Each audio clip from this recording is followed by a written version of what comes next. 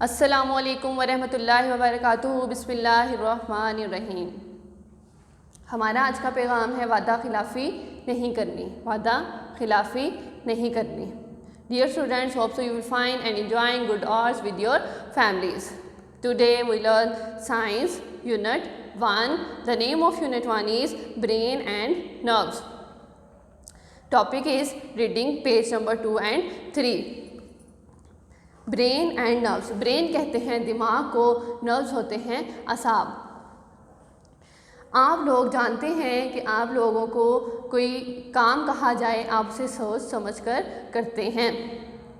क्योंकि हमारे पास सेंसेस होती हैं। हमारे पास देखने की, खाने की, सूंघने की, महसूस करने की सेंसेस होती हैं। इन सेंसेस से हमें पता चलता है हम खा रहे हैं, देख रहे हैं, सुन रहे हैं, सूंघ रहे हैं या कोई चीज़ महसूस कर रहे हैं।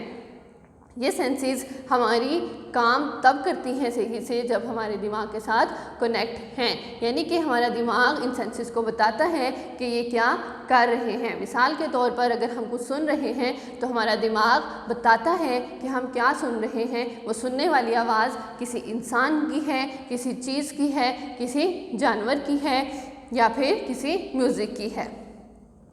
इन सारी चीज़ों में डिफरेंस करने हमारा दिमाग हमें सिखाता है।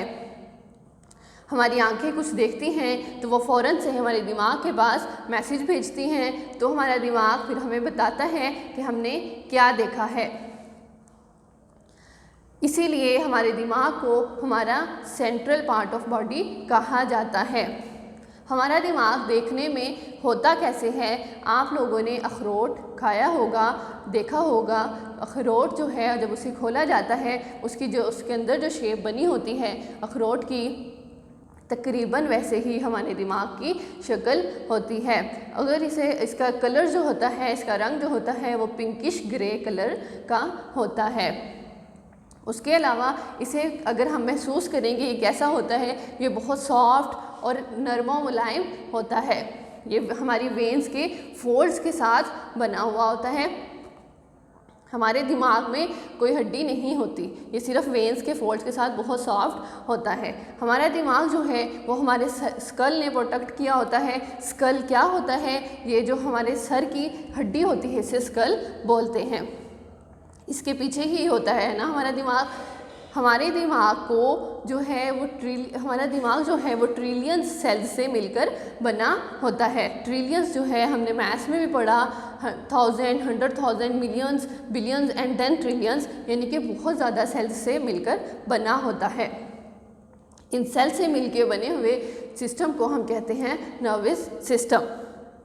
उसके बाद हमारे दिमाग को एक ज़िंदा रहने के लिए यानी कि एक्टिव रहने के लिए हमारे दिमाग को एक अच्छी खासी ऑक्सीजन की ज़रूरत होती है, अच्छी खुराक की ज़रूरत होती है और अच्छी नींद की भी। अगर हमारे दिमाग को प्रॉपर ऑक्सीजन ना मिले, नींद पूरी ना हो, खुराक अच्छी ना मिले तो भी ये अच्छे से काम नहीं करता।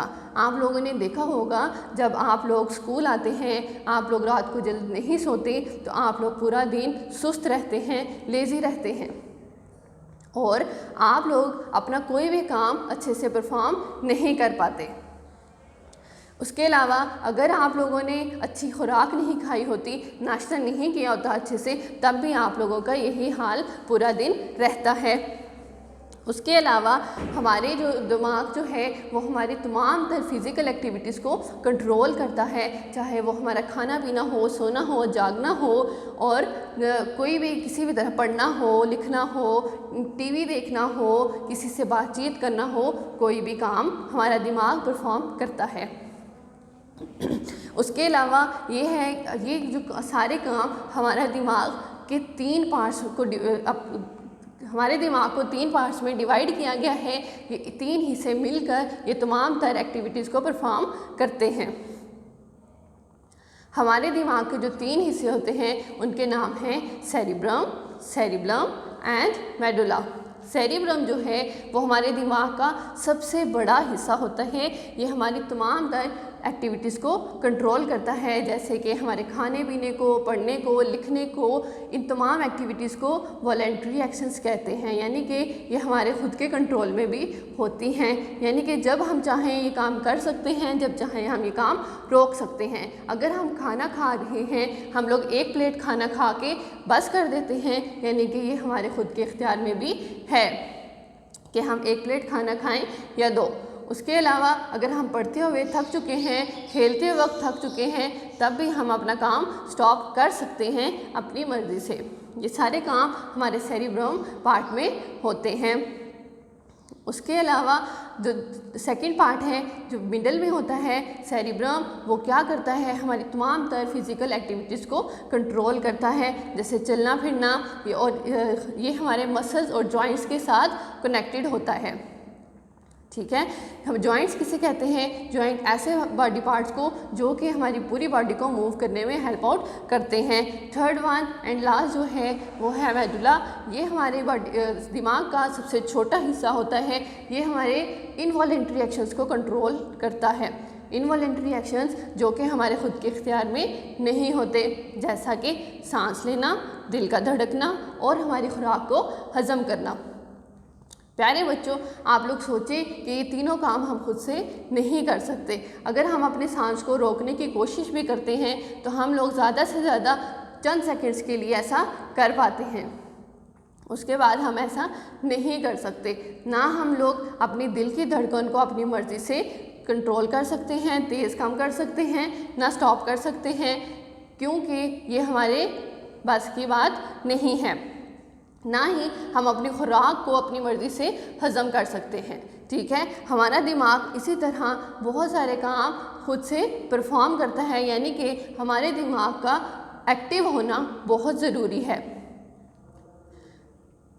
हमारी जो आज की ख़ास बात थी इसमें, कि हमारी जो इन्फॉर्मेटिव बात है वो ये है कि हमारे दिमाग का एवरेज वेट जो होता है वो 1200 to 1400 ग्राम्स होता है एक नॉर्मल इंसान का।